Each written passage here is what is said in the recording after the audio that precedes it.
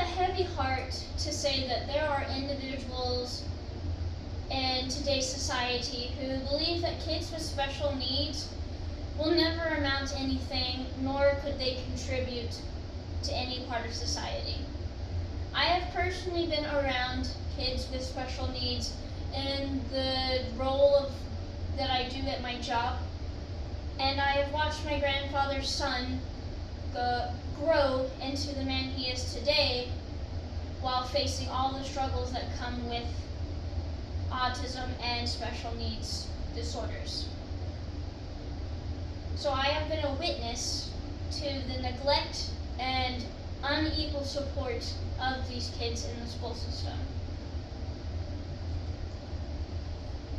As you can see on this slide, this is just a very loose representation of possible inclusion and how it could be for kids with these disabilities.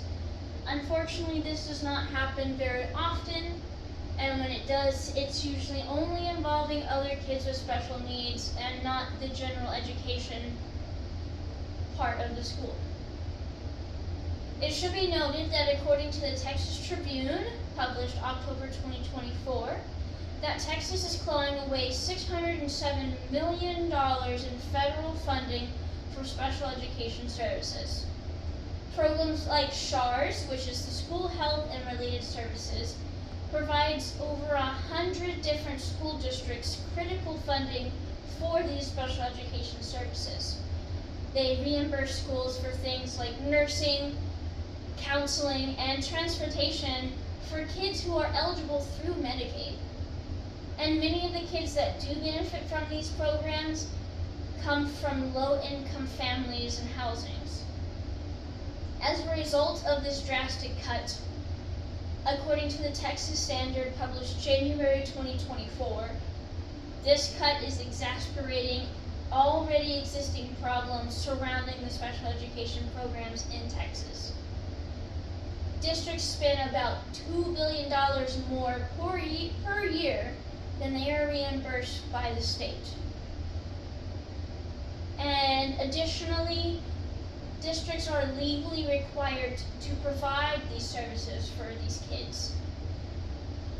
Meanwhile, according to the KWTX, published October 2023, federal law that gives these students the right to education in public schools does not apply to the private schools. Private schools that do accept kids with special needs have certain criteria that they need followed.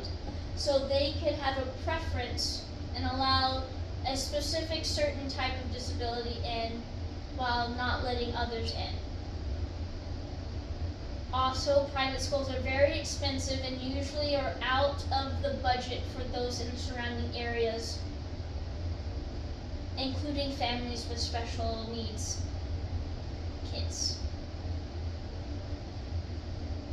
As schools in a whole,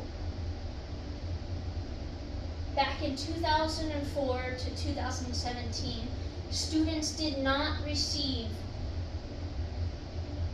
services or proper accommodations that was required for them specifically due to the fact that the state capped the number of special education students each district was allowed to claim.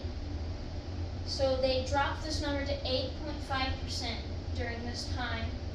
Currently, the national average is 15%, while Texas is still at 11% roughly. So the kids that do not meet certain criteria are not eligible for resources because of this cap. These kids with special needs have been neglected by the state for a very long time, simply because our government and our citizens can't seem to see their potential and see them contributing to anything in society. So they get left behind and are never able to prove that they can do the things that people think they cannot.